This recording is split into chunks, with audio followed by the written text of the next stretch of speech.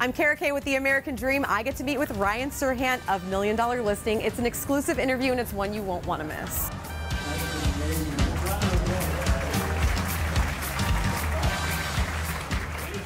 Are you ready to cheers to your book and all your success? Sure. Okay. Are we drinking this? Yeah, I mean. Are we chugging I it? know nothing about wine.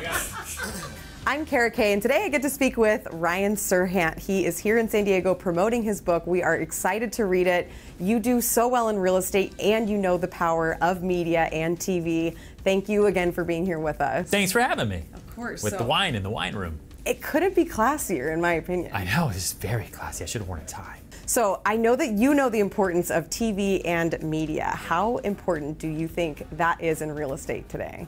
I think media is incredibly important in all businesses. I think any business that does anything for marketing in any way, shape, or form is now a media company. I mean, if you're a real estate brokerage like I am in New York City, we don't build the apartments, we don't build the buildings. We're not really real estate brokers, we're media brokers, right? I find different ways to market my properties via media.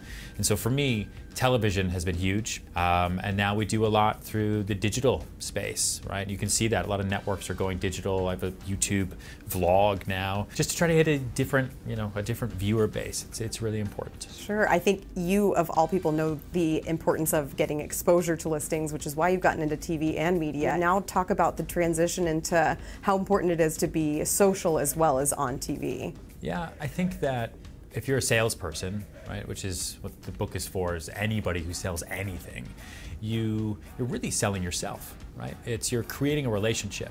You sometimes have to talk about the product. Sometimes you have to go into the price. Sometimes you have to go into the features. You need to have all that information, but that's what you need to do. That's the job, right?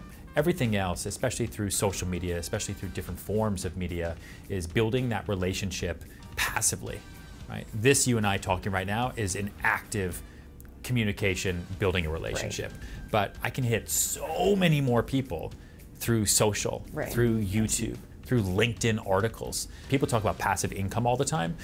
For salespeople and for a lot of people in our generation, kind of the gig generation, we have passive relationships, our passive income, because those will turn into other sources of work for us down the line, and we just don't even know what they are. If you are talking to a realtor who really wants to make it tomorrow and in the future, what advice would you give them? I am always blown away when I meet new salespeople, especially real estate agents, who post on Instagram once a month, who aren't doing anything on YouTube or on Facebook or on Twitter, and they say, well, that's not really me. Well, then the job isn't really you. Thank you for watching. Link, subscribe, you know what to do.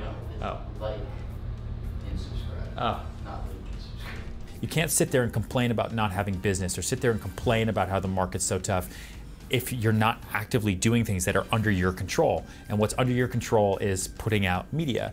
There's so many different places to absorb content these days, and so many real places to hit real people, to target them directly in your neighborhood, on your block, like that age group. It's all about consistency too, right? It's a really, really important word, and it takes a long time. Yeah. Like for me, it took me 3 years before I stopped thinking about quitting real estate every day.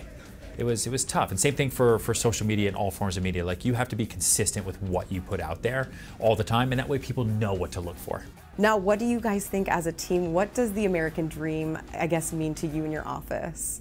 It's freedom of choice to be able to own a home if you want, or rent a home if you want, or to be able to have this job or this opportunity or that opportunity without repercussion other than your own expectations and your own stress that you put on yourself.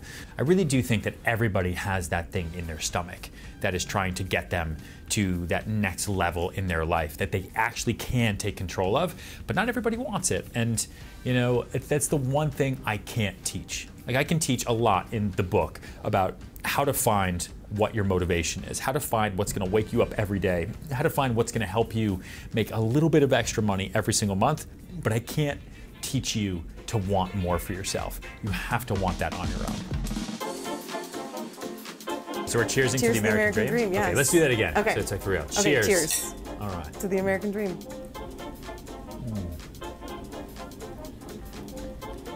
Am I supposed to drink more? No. Okay. How did we do? I am infamously terrible at